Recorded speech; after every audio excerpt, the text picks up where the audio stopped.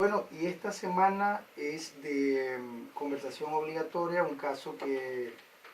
nos preocupa muchísimo desde el ámbito de la libertad de expresión e información y desde el ejercicio inclusive de la libertad académica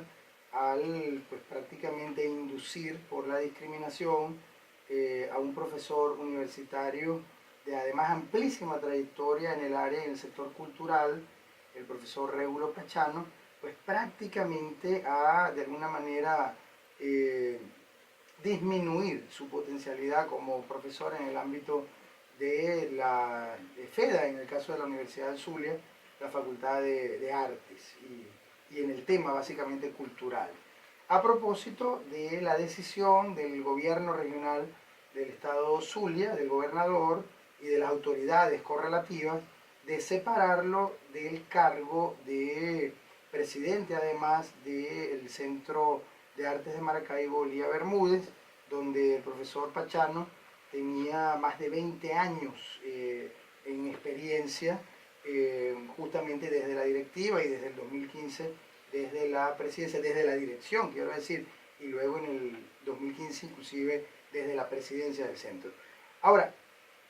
¿por qué este caso implica la violación de la libertad de expresión e información? Bueno, las palabras, por ejemplo, del propio gobernador y del secretario de Cultura, mencionando que en el socialismo la cultura se debe gestionar de una manera determinada, o que no van a permitir que se presenten actos culturales, por ejemplo, como el de algún comediante, críticos contra el gobierno pues nacional o regional, o contra las políticas determinadas del gobierno. Además, dicho sea de paso, que la cultura y las muestras culturales y el arte suelen ser en la historia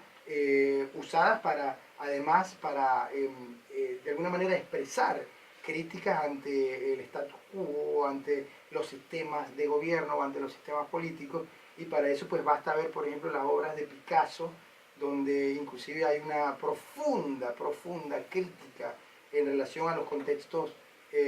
sociopolíticos, económicos, históricos del momento, entre muchísimas otras obras de distintos autores, ¿no? De hecho, el ejercicio de la libertad de expresión garantiza sobre todo la posibilidad de que una persona, bien individualmente o inclusive colectivamente, la sociedad reciba información. Entonces, sin duda alguna, este es un caso que nos preocupa mucho, además, por supuesto, del maltrato que se le ha hecho al profesor Régulo Pachano en relación a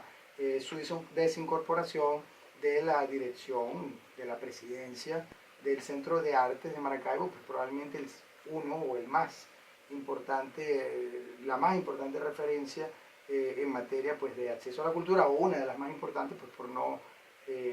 desmeritar inclusive la importancia de otros centros. Sí, David, como tú lo decías, a mí me gustaría recalcar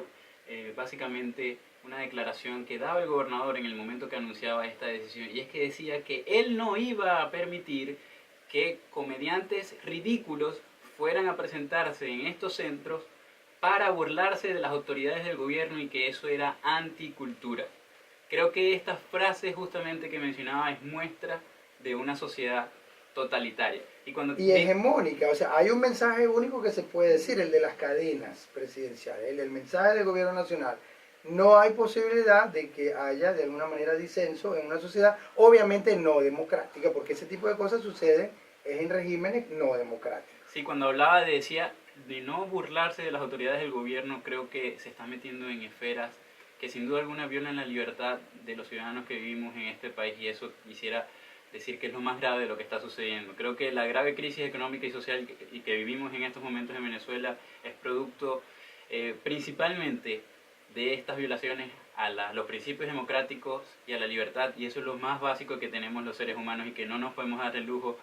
de perder. Y creo que con estas declaraciones y estas decisiones que se están tomando por parte del gobernador Omar Prieto es justamente a eso que está conduciendo, a violar la democracia, a violar la libertad que cada uno de los venezolanos gozamos, y fundamentalmente a entrometerse en aspectos de la vida que no se debe meter una autoridad de gobierno en una sociedad democrática. Y además de entrometerse, imponer, porque ante cualquier situación, al mencionar esta frase, la anticultura, ante cualquier persona que forma parte del gobierno, no hace más nada que imponerte una forma de vida que viola en todos los sentidos la democracia. Sí, yo creo que aquí hay que entender que no es ni siquiera el acto de desincorporación de una autoridad, pues que puede ser de libre nombramiento y remoción por parte de otra de mayor jerarquía en las esferas de gobierno,